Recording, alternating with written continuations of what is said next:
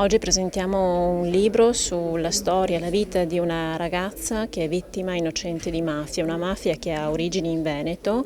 ed è un tema che forse viene trattato ancora poco, quindi questo libro ci aiuta anche a conoscere qual è stata la vicenda storica di quegli anni insieme a personaggi di rilievo come il magistrato di turno all'epoca, il già procuratore Capelleri e altre persone che ruotavano attorno a questa figura di Cristina Pavesi, la zia in particolar modo, che è coautrice insieme a Gianluca Oscione, autore del libro, incolpevoli per non aver commesso il fatto. Quindi una storia interessante che mi ha particolarmente colpita e racconta appunto la vicenda di questa ragazza che non è l'unica purtroppo vittima di mafia nella nostra regione, ce ne sono stati altri ed è giusto ricordare che questo è anche parte della nostra storia del Veneto. Il Consiglio regionale è stato impegnato da anni sul tema delle mafie, dapprima con una legge sulla istituzione di un osservatorio regionale sulla criminalità mafiosa e da ultimo anche con una modifica alla legge in termini di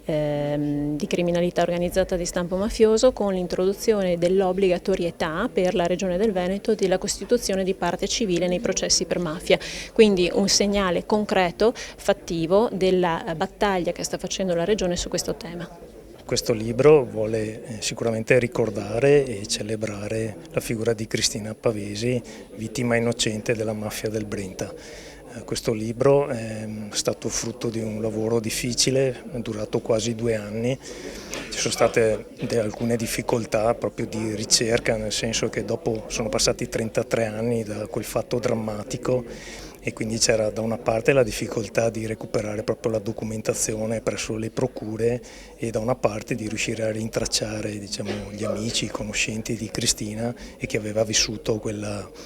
tragica rapina al treno a Padova. Il fenomeno della cosiddetta mala del Brenta è sempre in discussione se sia stato una criminalità organizzata di alto livello o se abbia avuto anche connotati mafiosi. Probabilmente potremmo, questa è la mia opinione, spingerci a ritenerlo una mafia vera e propria.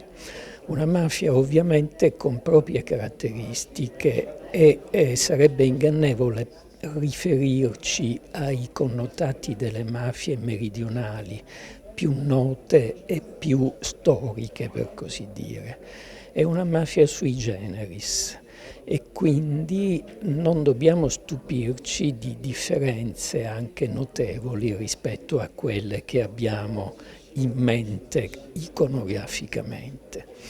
Tuttavia, nonostante questo, ritengo che abbia avuto una potenza criminale di tal livello da potersi inquadrare, come pure alcune sentenze hanno stabilito, nel fenomeno di tipo mafioso. La questione Cristina Pavesi è una delle manifestazioni, forse non quella fondamentale, è stato ahimè un tragico episodio,